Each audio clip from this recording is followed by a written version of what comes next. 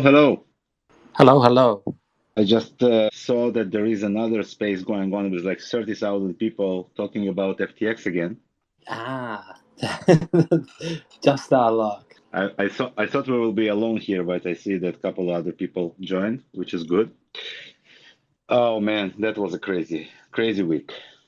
Absolutely crazy week. Give me 2 seconds. I'm Sure, just going to try and connect my earphones, which I'm having a little bit of difficulty with. of course. Yeah. Uh, we will talk about FTX a little, not too much because everybody is sick of it, I think. But we will mention a few things and some things that I wanted to say. And also, we are going to talk about Beam, obviously, and things that we've been doing and the feature requests and the status of them and all that. So, yeah, Absolutely.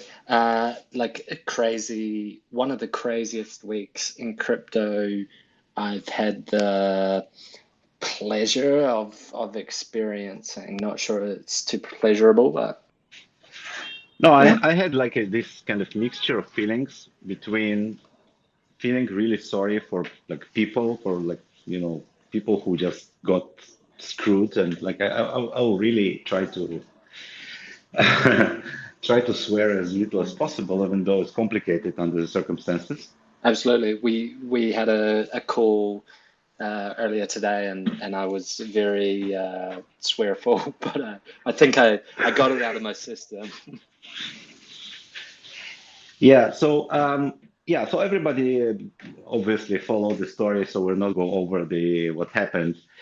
But there are some things that I wanted to kind of express from my side, and like because first of all, the news that kind of really made want to shout, it was like Bitcoin fell to the new low or to blah blah 15, 16, whatever. And I'm like, really? What, did it just like walk down the road and then suddenly fell? Like, what does it even have to do with Bitcoin? Like, this is basically a centralized exchange and organization which scammed everybody in the most simple and trivial way. And it's a regulated entity, and we'll talk about the regulation in this specific like space because it has nothing to do with crypto. It has everything to do with fraud of a large centralized exchange, which was supposed to be regulated because pension funds invested in it. Yeah. And they bought advertisement everywhere. And, they had this huge sign on this Miami Heat Arena in the States, and they had their signs on Formula One cars, and like they were everywhere. Mm. And basically, the regulators really screwed up on this because, I mean, no, I'm not buying this story of a backdoor that he installed and nobody knew about it. I think it was just like, in addition to everything else, a huge screw up from the regulators' part. Yeah, and this is what's interesting to see with the blowout is some of all are kind of pointing us at this as an example of like why crypto and even funnier, like they're saying why DeFi needs to be regulated. And unfortunately, some of this kind of rhetoric is coming from like Bitcoiners, which is insane, like if you ask me. Absolutely. It has absolutely nothing to do with crypto regulation and everything to do with regulation of financial entities that manage other people's money in a centralized way where everything is controlled by this company or two companies, whatever. And what they did, like in addition to, so basically the events of this week made every other blow up, which we had quite a few this year, look like this kind of, slow moving dramas because it happened so fast. Like in almost 2 or 3 days, a company which was supposed to raise at a valuation of $32 billion basically disappeared completely to zero. And not only that, they have done all the possible kind of, bad things they could have. They encouraged founders of companies that they invested in to put all of their treasuries in FTX, Yeah. which is absolutely unacceptable. They have encouraged their own employees to put the money into the company by promising them huge matchings on their kind of on the money that they've put in. They said, put your $250,000 and we will match it. But we will match it with what? With our tokens, obviously. And employees lost all their savings in the process. And another, we talked about this earlier. Another point which infuriates is that people are saying, "Oh, they were just naive, or they were just ignorant, or whatever." I mean, listen, if you invest in almost, I know, hundreds of companies like this guy did, and you are you know paying for politicians' campaigns, and you have this massive structure of 130 companies in Bahamas and BVI and Caymans and all over the place. You cannot do it by accident. It's not something like, oh, I've just accidentally, $10 billion from one company to another, and in the process invested in my own investors, right? It's not something you do accidentally. Exactly. And they put all like unsurmountable amounts of effort into keeping up appearances. Like you mentioned before, they had celebrities endorsing sports people endorsing them, stadiums, Formula One.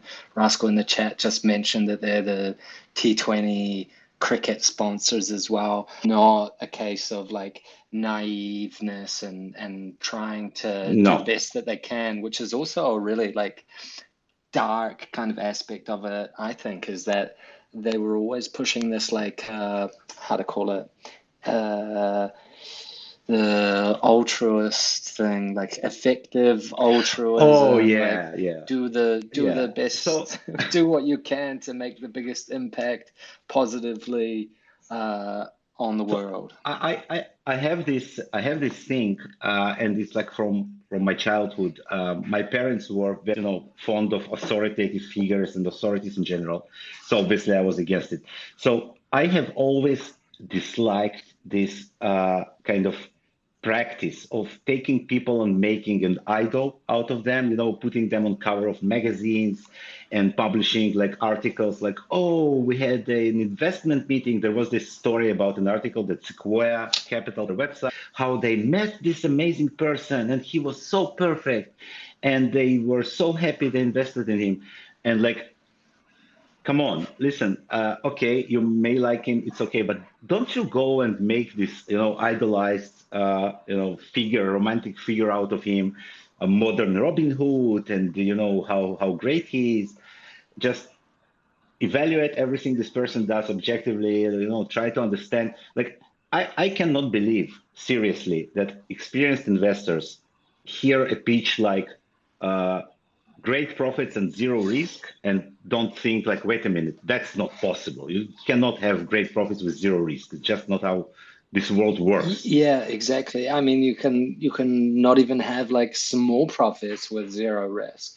I mean, it's always a part of the equation, and to even like promote that, which is, as far as I'm aware, they were promoting like this before FTX, trying to raise funds like through Alameda and get people to deposit and paying out XX% and this kind of stuff, and this was like on the back of this was kind of leading up to the FTX raise and this kind of thing. And like if you're a investor, like not even a sophisticated investor, just like me, an average Joe investor, as soon as you see like 30% or whatever it was with no risk, this should immediately like set off red flags and this kind of thing. And I mean, we've seen many Absolutely. such cases in crypto before, like 2017, there was BitConnect and OneCoin or whatever it was called. But these, like, to at least people in crypto and a little weird, they were very like blatant Ponzi's, and this, at least now, seems to be fairly similar, but it wasn't like such an overt advertisement, or it wasn't so clear on like what was happening, obviously. Yeah, absolutely. And in my opinion, all of this talk about crypto needs regulation, that's total bullshit because uh, like this specific case proves that centralized entities that have absolute control over what they're doing needs to be regulated, especially when they're managing other people's money. And in this case, that was part of the biggest part of the problem, because if they were only trying to gamble with their own profits, that would have been fine. But they took real money invested by other people into their exchange, and they did this very simple, actually, scheme of loaning this money to invest to another company in return for the collateral in form of their own token. Yeah. Which is, by the way, it's possible even without tokens. You can take your own stock and put it as collateral, but nobody does that because it's a bad idea. If your company goes down, that you lose both the stock and the collateral on the loans. But because both of these companies were controlled by the same person, obviously that it was not a problem. And not to mention the fact that you do not take young people who don't have enough experience and put them into position of being CEOs of multi-billion-dollar companies or managers that they had there. So it's all kind of completely, it's fraud combined with crazy, negligence, and I don't have words for that. It's just very, it's total shit. I'm Yeah. sorry, but that's what it was. Um, yeah, so that's absolutely crazy. I really hope that this year, 2022, will somehow end with us being done with all of this, scamming organization, and we can enter the new year with a much cleaner marketplace. But in the process, obviously, the entire industry suffers and people lose money all over the place. Like several projects on Solana. One of them is the bridge for Bitcoin is now defunct because the keys were kept in the FTX. Yeah. Hey. And Zero. Today I heard about Serum, which is the DEX on Solana, which was also controlled by FTX. And basically the employees scattered and you cannot find anyone. And all of these projects that kept their treasuries there, not to be saying. So I don't know what's going to happen with that, but it's really, really, really bad. Yeah, absolutely. Like it doesn't. I mean, I think that this was a large reason for Solana's meteoric rise during the bull market that we just saw, and was the backing of the backing from FTX and this kind of stuff. And hopefully, I mean, I have no qualms with Solana and whatever. Obviously, I think it's a little bit funny that it goes down in, but it's so funny that they've been as a ecosystem being essentially scammed and rug pulled by a centralized exchange. I think that's devastating. Hopefully, they can do all right, and there's enough of a community to I want to say build back better or whatever, this kind of thing. But no, I think they'll be okay. Yeah. So yeah, paradoxically enough, this collapse is exactly the greatest illustration why we do need crypto, why we do need proper decentralization. And this is exactly the things that we always wanted to avoid. Yeah, I mean, we see that the regulation does not work really, because if it did, they wouldn't allow this to happen. And now saying that crypto needs regulation is obviously complete kind of misinterpretation of the facts. Absolutely. And it's not even just solely in crypto, before before crypto, back in the day when there was the Enron and Bernie Madoff and these kind of massive scams and Ponzi's and this kind of thing. They were regulated businesses operating under the SEC, this kind of stuff. And essentially they were pulling the same kind of shit that we see today with this SBF and the FTX exchange and this kind of thing. So at least in opinion and of course I'm very opinionated and this kind of stuff, but the relying on regulators to protect people is very, very naive, in my opinion, concept.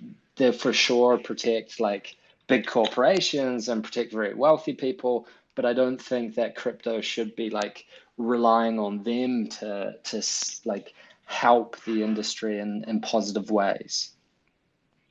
Definitely not. Yep.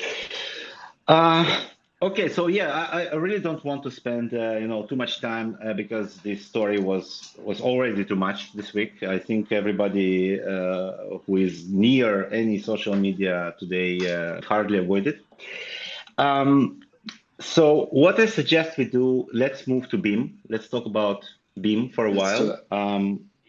Yeah, we have quite a few topics to discuss. I would like to start with this discussion that I read in our community chat about whether Beam can create an update and steal all the funds and the secret keys from. Yeah. So the answer to that is yes, definitely. Any builder of any wallet that you trust with your secret keys could do that. And it's very important to understand it's not like, Beam can and I don't know, MetaMask cannot, right? MetaMask can do it exactly the same. The main point here is to learn how to work in this new kind of world. And I don't know if there are any courses on OPSEC in general, operational security. Um, but before you get seriously into crypto, I do recommend, taking some lessons in that because it's a problem, right? And I would like to kind of talk how to make sure that you are less exposed to these kind of things. By the way, I think that the question came in the context of FTX pushing this update on their wallets that was malicious because compromised and they were stealing people's funds directly from their accounts through compromised wallets. And yeah, so first of all, what Beam does is that every official release that is distributed in a binary form, right, that you download from the website as executable, it's signed with our certificate. And it's very important that you, first of all, get a reliable browser, which means that you get a browser from an official browser website, because the only thing that protects you, from going to phishing sites is this lock icon in the browser, and this lock icon is only working in the browsers that are themselves not compromised. So it's important whenever you download Chrome or Firefox or whatever, that you only do this from the original websites of their creators. Never go to these download something.com or fileexchange.com or whatever they are, and always use only the official versions, and always verify that the certificates are okay, that you're connected to the website through HTTPS and all that. Obviously, after you download the software, you only download it from official Beam website or from GitHub. And in both cases, the executable, and when you click on the properties of the file, you will see that there is a certificate that the binary file was signed by Beam. And this can at least ensure you that the content of that file is what Beam intended it to be, okay? Now, theoretically, of course, you could compromise the system in a way that would result in a malicious file that was signed.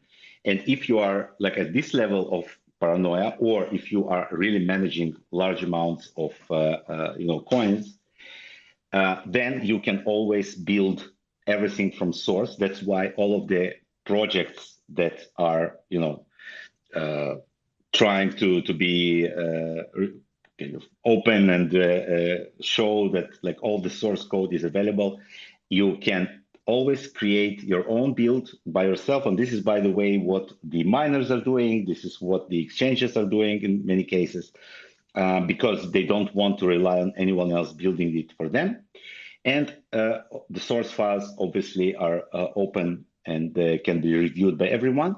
So I know it's difficult for a just average person to do that, but it's your kind of that's the only choice that you have. You have to either trust the signature or you can build it yourself. That's the options that you have. And yes, in any case, you need to be careful. Like if you see an update that you never heard announced by official Beam channels, if you suddenly get an issue that you do not recognize or something is fishy, by all means, stop immediately, contact the support, contact the community, tell them, listen, I just found this binary. it looks like an update, isn't official update. Like, be very vigilant because these things happen in this world. We have a lot of security problems all around, and yeah, be very careful. In addition to that, I would recommend if you have, let's say, a kind of large amount of coins that you regularly do not use regularly, always store them in some like relatively cold. For example, we don't have hardware wallet support, unfortunately, but what you can do, you can create a seed phrase specifically for that purpose and generate your public offline address once and write it down in any kind of password manager or whatever. It's generally public information, so it's not secret. And then whenever you have large amount of coins, you can send it to yourself to this address, to this wallet that you do not have online, that you don't have a you know uh, wallet database on your drive right now. It's just an address, and then they will be safe. So I recommend to do that. Whenever you are using a wallet, please always choose long passwords. The length of the password is the primary factor for its strength. It's not the special symbols that you use, or words that you use, but the length. So at least, like if you have enough funds to protect, always use 12 or 16 symbols in the password because the wallet database is encrypted using this very password that you are entering when you open the wallet. So make sure that it will be long enough. So even if somebody compromises your machine and steals this file, it will not be simple to track. That's kind of a short overview about that.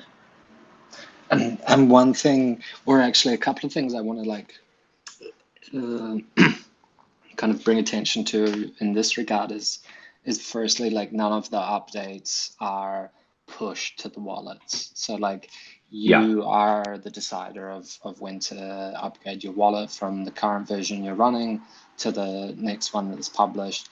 And often, like, when there is something malicious happening, for example, someone forks the Beam wallet, uh, and adds in some backdoors and this kind of stuff, and trying to scam people. I mean, we see it all the time in crypto, and even in the Beam community, there's fake GitHubs and fake websites and this kind of thing, getting you or trying to get you to download like a wallet and this kind of thing.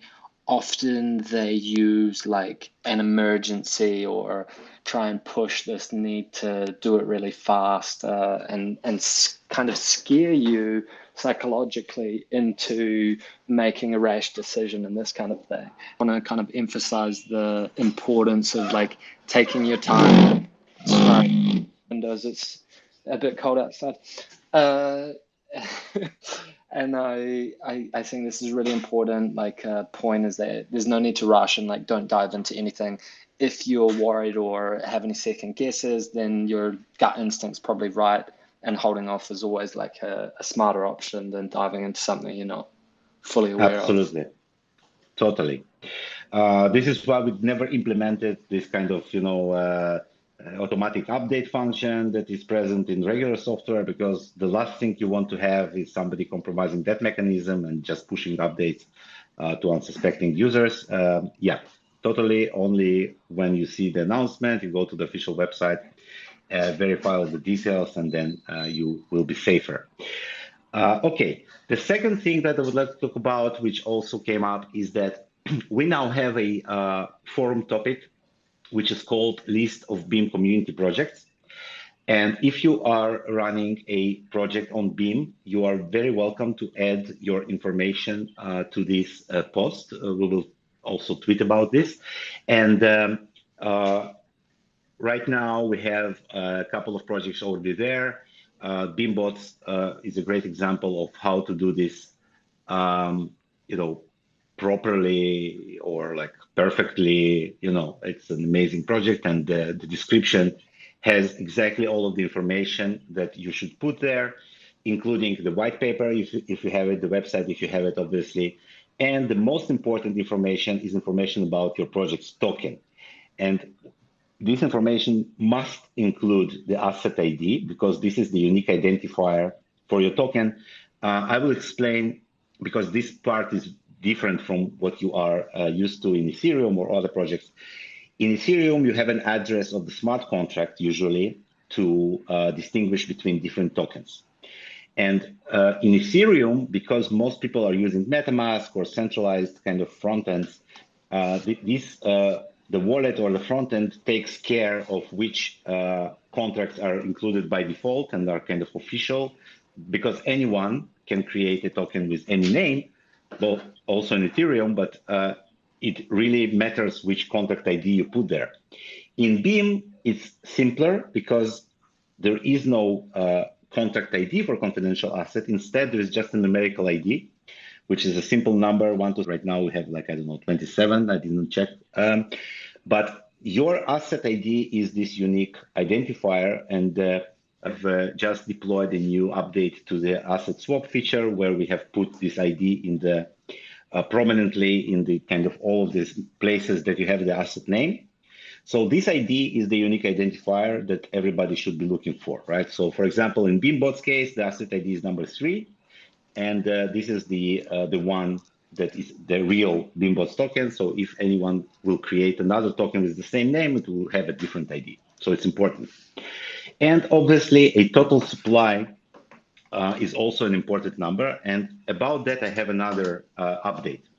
One of the feature requests that we have open is to create this application that will allow anyone to mint new confidential assets where the amount minted is controlled by a smart contract. Right now, most of the assets that were created by wallets. And this means that theoretically, the owner of that wallet could mint more assets. Obviously, this event will be visible on chain, but you have to watch for it. So if you want 100% guarantee that the amount of the token that is claimed to be ever produced is controlled by a smart contract and not by a wallet, it will be much easier to do this using this contract. So we call this contract Secure Confidential Asset Minter, or SCAM for short. Later, I saw that maybe it would be better called like smart contract asset minter, but it doesn't matter. It's SCAM anyway. And we're now working on this. And once it's ready, roll it out first on DAppNet as usual, and then on main. And this will allow anyone a very simple way.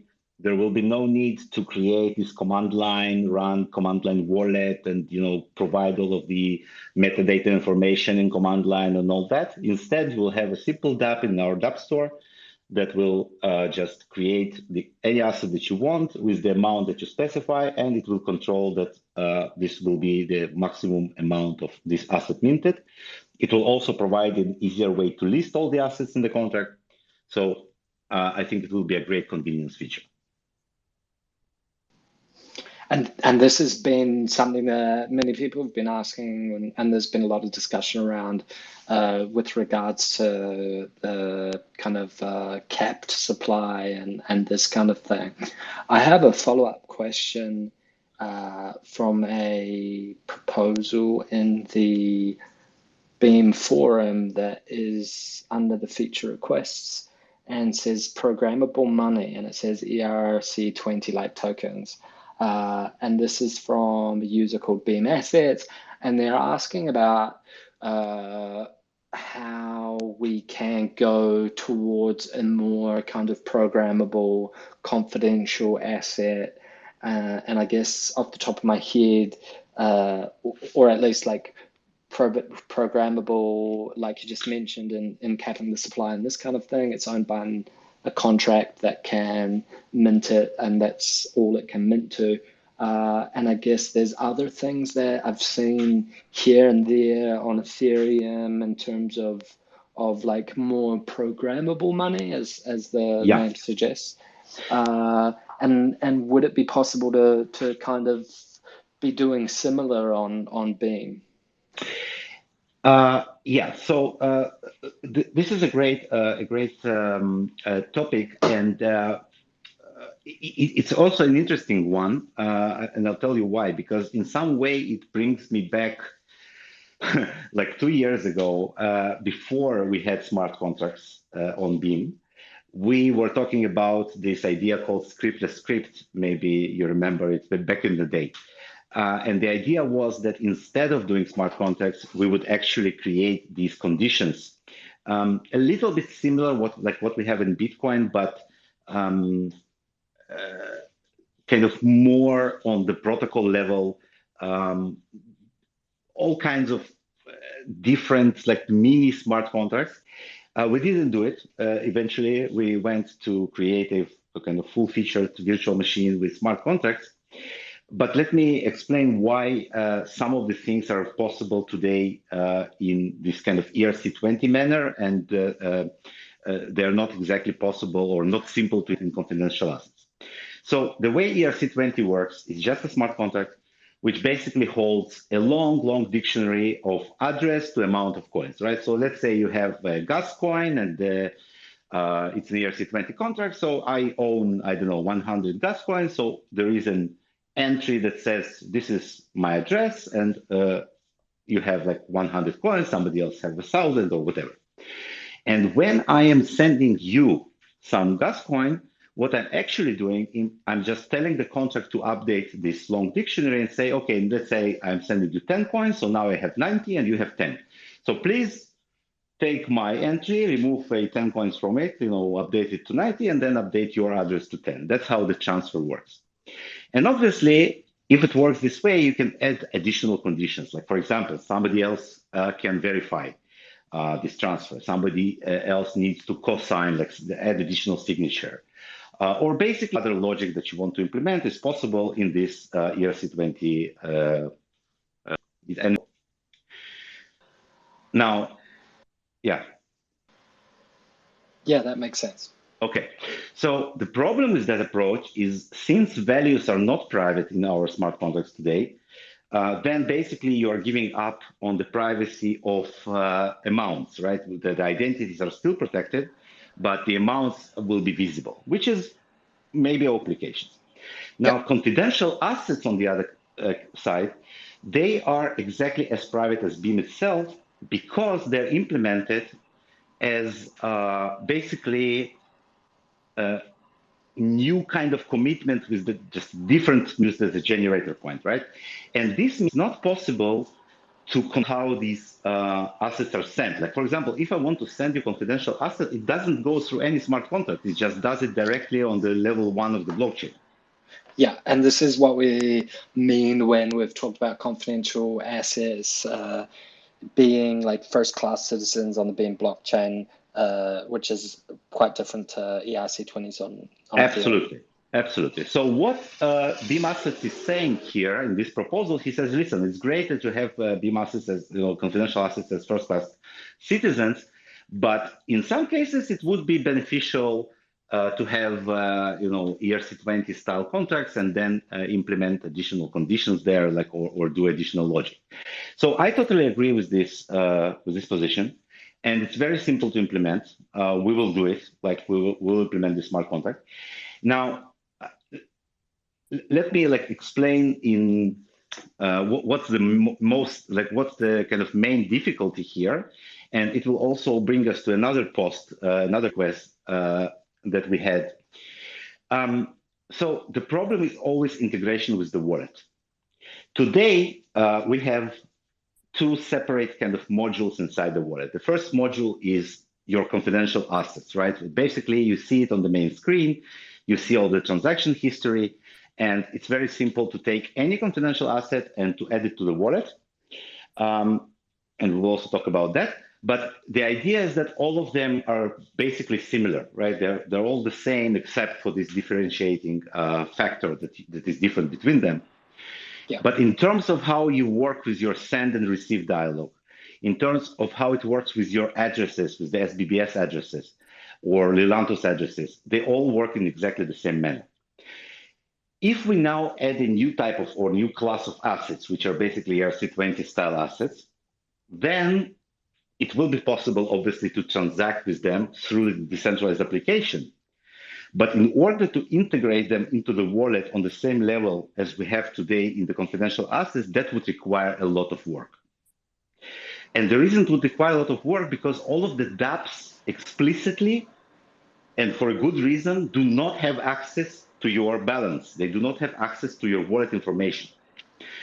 And the reason for that is because dApps, as you know, can be distributed as files. They can be distributed through our decentralized dApp stores, through IPFS, and anyone can create a dApp. And if the dApp would, by default, have an access to your wallet information, it would be very easy to compromise a dApp or to create a malicious dApp that would have access and basically know it would not be able to spend funds, but it would be able to gain information about your holdings and about your transactions. And we did not want that to happen.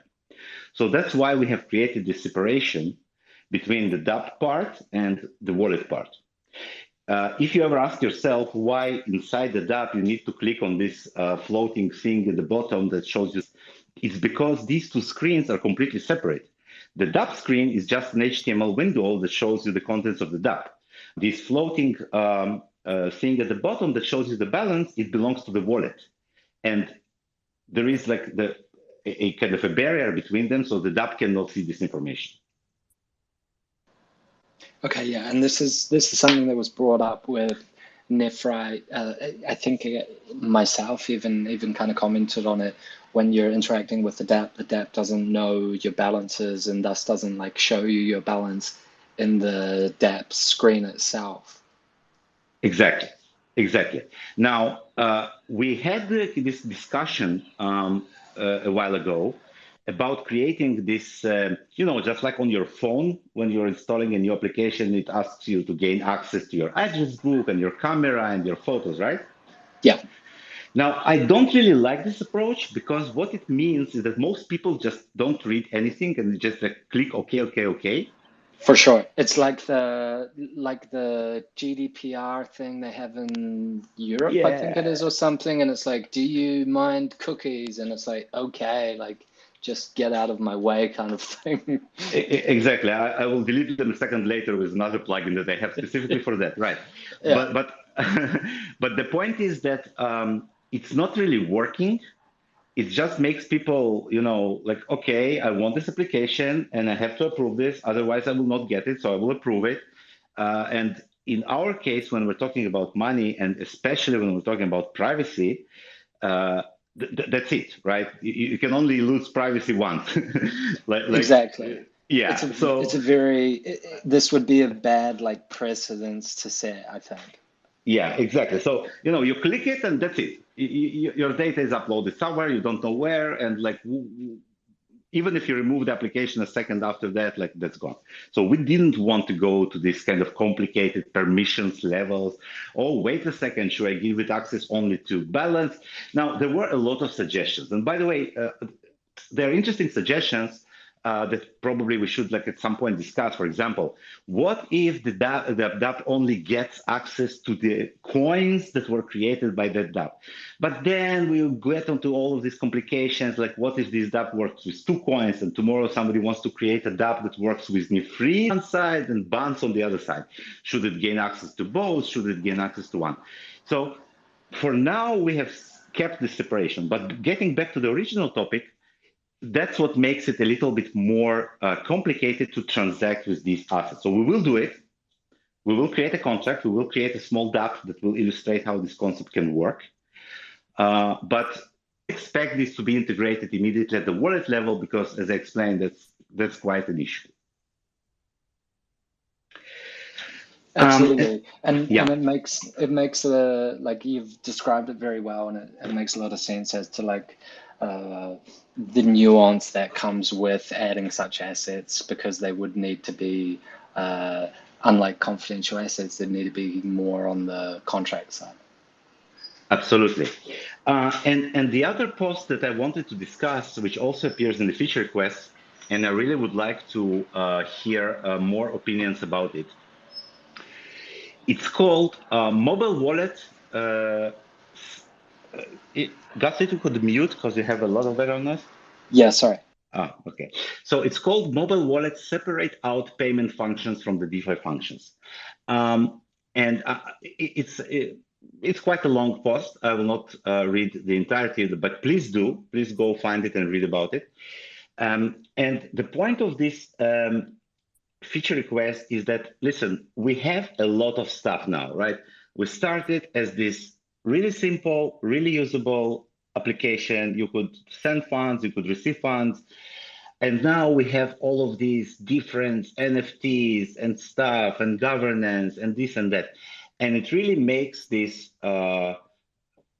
wallet application, especially on the mobile, kind of complicated with a lot of features. And the author, he says that it would be probably better to separate it into kind of two different applications. One meant for payments only, and the other one for all of the nerdy stuff, as they call it, the DeFi and all that shit. So uh, this is actually a great discussion that I think we want to have about kind of product perspective in general, because there was always this dilemma for us, right? Features, how we do it in a way that make it usable and at the same time not too complicated for everyone to work with. I think we solved it relatively well. Desktop, I'm not sure, like maybe on the mobile, it's more complicated. So please go and comment on that, and we will discuss in more depth. Because I think it's a valid point. I think it's something we need to think about how to do this. And once again, there were a lot of ideas, right? We talked about kind of having this simple wallet and advanced wallet. So there are a lot of different solutions here. At this point, we kind of decided against it because we just wanted, we were very proud of everything we've built, and obviously we put it in everybody's face, which is not necessarily what users want, right? So I think it's a great discussion, and I would really like to get more comments about this from the community. For sure, definitely like an interesting idea, and would love to hear some of the community's thoughts on that. I can kind of see both sides of it. If I give some like maybe Web2 examples of like either side, I'd say like Twitter is a good app at the moment anyway, or in the recent past for like specifically for social media. You can post stuff, you can read content from others, and this kind of stuff. Whereas on the flip side, like WeChat, which is maybe less kind of relevant for anyone that hasn't lived in China or from China. But in this app, you can do like a lot of the social side of stuff. It has group chats like WhatsApp or Telegram. And also you have like all kinds of crazy stuff on top of that in terms of like investing in this. You can have your wallet on WeChat and you can pay for food and get it delivered. You can get an Uber, and it's kind of like everything in one application. And there's definitely, where I was going with this anyway, there's definitely pros and cons to like both sides of the spectrum on functionality and this kind of thing. Totally. Okay, so one more update about the great feature request of scrap current verification model and allow manual adding of assets via link. So this is our feature request number 8. It appears on GitHub. There is a specification that I have created in the reply to this post. It has 5 likes. So we are really kind of in this kind of initial steps of doing it, and we will probably get a bounty for that from the Beam Foundation. So it's going to be a setting screen that will allow you to manually enable or disable any asset that there are like deployed on Beam network. And by default, the official assets like Beam, BeamX, probably a couple of others will be enabled, and all of the others will be disabled. So you will be easily able like to at any time add more assets by just going into your settings screen. And we will also have a button on the asset swap screen that will direct you there, so you don't need to go and look through settings. So you just click on that and enable or disable assets. I think it's a decent solution, but also obviously more opinions are welcome. Like 5 likes is great, but it would be amazing to have more insight into that. Another great feature request that generated a lot of traction relatively is the Beam Anonymous Messenger, or BAM. And I really like the last comment here by a user named VIBT. The forum indicates that it was the first time VIBT posted in the community. And the comment says, Messenger app is a must. And this kind of, ends it. Yeah. First and last comment. I mean, and Exactly. this like a messenger app or Beam Anonymous Messenger, which I like the name of, by the way. This has been brought up like many times, and like, is it something that people want? And like, hey, this is cool, and yeah. So I think it's definitely interested to see like what the consensus is within the wider community on whether they are for it or not so much for it. Yes. Yeah, we will definitely talk about it next week. I will kind of provide more information about the technical aspects of that, how it's going to work. So first of all, it's possible. Yeah, technically, obviously, we have SBBS, and as it was suggested in the feature request, we have all of the primitives that we need to do that. The only, or like one of the reasons is that we didn't do it until now. It was kind of about focus, about how and when will you really use it? Because yeah, it sounds like a great idea, but will you really give up, I don't know, Telegram, Signal, or I don't know, there are other kind of matrix, other protocols that people use today, and use your Beam, let's say, mobile wallet to communicate with people. Maybe. But until today, there was like always this dilemma, like, should we do this or that? And we always went with something else. But once again, that's why we have here feature requests, we have a community. Let's continue discussing that. And let's reconvene about this specific topic next week and try to kind of create some additional discussion around it. It's not very complicated feature. It's somewhat complicated, but not too much. Yeah, so let's talk about it. And if we all decide that it's something that we do want, let's create a small prototype, roll it out, see how it works, and then, expand it. Don't expect, animated stickers in the first version. I can't help but think when I read this about the Beam Anonymous Messenger is one thing I do kind of like is, and I don't know why, it just like one of these small weird things that brings kind of joy to my day is when when something happens on Ethereum and then the person gets spammed with lots of like messages from people like that know their address because their address has been public or whatever. And I think it could be kind of cool. I think it would be kind of fun to have some such anonymous kind of messenger. Or I've always also like back in the day, I think I mentioned it, something like Satoshi's wall, where you can kind of post stuff onto a graffiti kind of wall, like a little bit like the $1 Million Pixel thing, the website back in the day, and it was a Bitcoin focused one of those where you could pay for like space on the wall and draw stuff there. I think this is actually one of these features that always spark a lot of creativity and a lot of new ideas. And let's add this and that. It's great. Like I really like it. So yeah, okay. Let's continue discussing it. What else I wanted to specifically mention here? 1 second, there was another one. I think most of them we discussed either previous week or this week. There are some kind of more practical, functional things that are here also.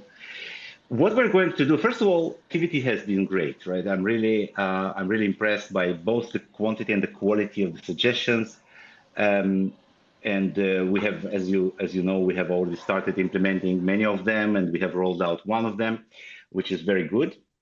Um, we are going to focus on, in terms of NFT gallery, we're going to focus on the limited edition NFTs and the airdrops, because these features are both requested by working projects, and we have promised them a long time ago. Yeah, so these are going to be also worked on this week, and next week I will update on the progress. Um, so yeah, the last thing I would like to kind of say that if you're running a project on Beam, please add your description, as I said in the beginning, but also like be sure to always create your own Telegram chats or groups where people can come and ask questions, because we do support all of the projects on Beam technically, and we try to help as much as we can. But in terms of kind of governance of these projects, it should be always very clear which projects are related to Beam and which have their own owners. And it's very important for us to have this clear distinction between what we are responsible for and what we are not responsible for both our sake, right? So, people who use these projects need to know the address of a chat or a person that they can ask questions and get advice or get explanations about how things work. While our support channels should remain kind of focused on specifically Beam and Beam related features. So don't forget to add these chats to your project description. Yeah. Absolutely, and I will share the link directly to the project list from the community, so everyone can add their projects in there, and we'll also share it on Telegram, Twitter. Yeah. And don't invest in scams, please, and also don't use your own total for your own loans. Yeah, and be safe out there. Yeah. A wild world, and even wilder in crypto, it seems, based on the last week. Yeah. Okay. And once Elon screws Twitter completely, then we will move to Matrix, as one of the users suggested. Yeah, absolutely. I was gonna touch on Matrix. I'll talk about it in the Telegram chat. I think it's like a interesting idea, but kind of has pros and cons with anything, and yeah, I don't know. Let's see. Oh, they're coming for me again. Almost went one full beam space without the sirens in the back. Almost. Yeah. Okay. So on this great note, we will start wrapping it up. It's almost the hour mark. Thank you very much for being here and participating. And please continue with the feature quest. And even more importantly, please comment on the existing feature quests, because yeah, I mean, you read them, you say, okay, that looks fine, but eventually we do have to prioritize. We do have to get opinions of how these things are going to be useful. Even if it's like, yeah, I support this, write this. Don't just click a like, invest in some kind of comment with adding use cases, adding why you think this feature is a good idea or not. It really helps us to figure out what to build and how, because eventually we're all building this together. Yeah, please do that, and we will see you next week. Absolutely. Don't be shy, and see you all next week. Bye bye. Thanks a lot. Bye bye. Thank you.